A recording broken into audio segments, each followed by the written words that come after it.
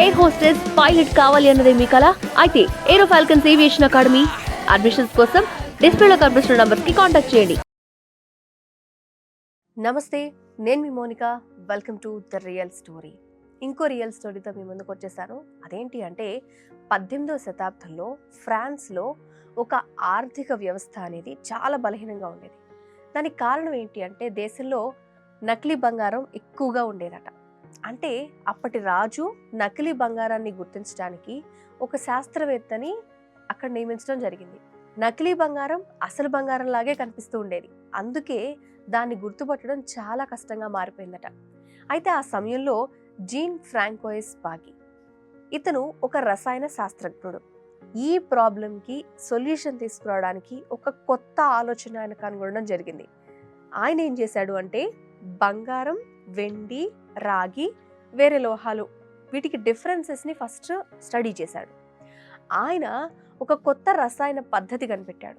ఈ పద్ధతిలో ఎలా ఉంటుందంటే ఒక లోహాన్ని ఒక నిర్దిష్ట ద్రావణంలో ఒక లిక్విడ్లో ఉంచినప్పుడు ఆ లోహం దాని ప్యూరిటీని గుర్తించగలుగుతారనమాట. బ్యాగి ఈ పద్ధతిని ఉపయోగించే ఒక నిర్దిష్టమైన ద్రావణాన్ని అతను తయారు చేశాడు. ఆ ద్రావణంలో కనుక బంగారు నాణెం వేస్తే అది అసలైన బంగారం అయితే మార్పేమీ ఉండదు. కానీ ఒకవేళ అది నకిలీ బంగారం అయితే కనుక కెమికల్ రియాక్షన్ వల్ల అది కలర్ చేంజ్ అవుతుంది. సో అప్పుడు ఇది చాలా కొత్త పద్ధతి. దీనివల్ల ఫ్రాన్స్ ప్రభుత్వం నకిలీ బంగారం మొత్తాన్ని చాలా ఈజీగా గుర్తించగలిగింది. సో ఆ దేశం మొత్తంలో నకిలీ బంగారం చలామణి అనేది పూర్తిగా తగ్గిపోయింది. ఈ ఆవిష్కరణ చేయడం వల్ల దేశ ఆర్థిక వ్యవస్థ మళ్ళీ పుంజుకుంది. కెమికల్ అనాలిసిస్ అంటారు కదా దీన్ని. ఇది ఒక చిన్న సమస్యను పరిష్కరించడానికి మన కెమిస్ట్రీ ఎంత బాగా ఉపయోగపడింది అనేది మనం అర్థం చేసుకోవచ్చు. ఇది భవిష్యత్తులో ఫారెన్సిక్ సైన్స్, కెమికల్ టెస్టింగ్, లేకపోతే ఇంకా అనేక ప్రొఫెషన్స్లో వేరే రంగాల్లో కూడా ఒక పునాదిలాగా ఉండిపోయింది.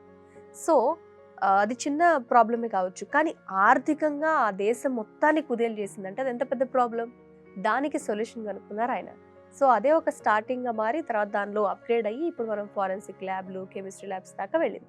సో ఇదొక రియల్ స్టోరీ. మీకు ఎలా అనిపించింది కామెంట్ రూపంలో తెలియజేయండి. Thanks for watching.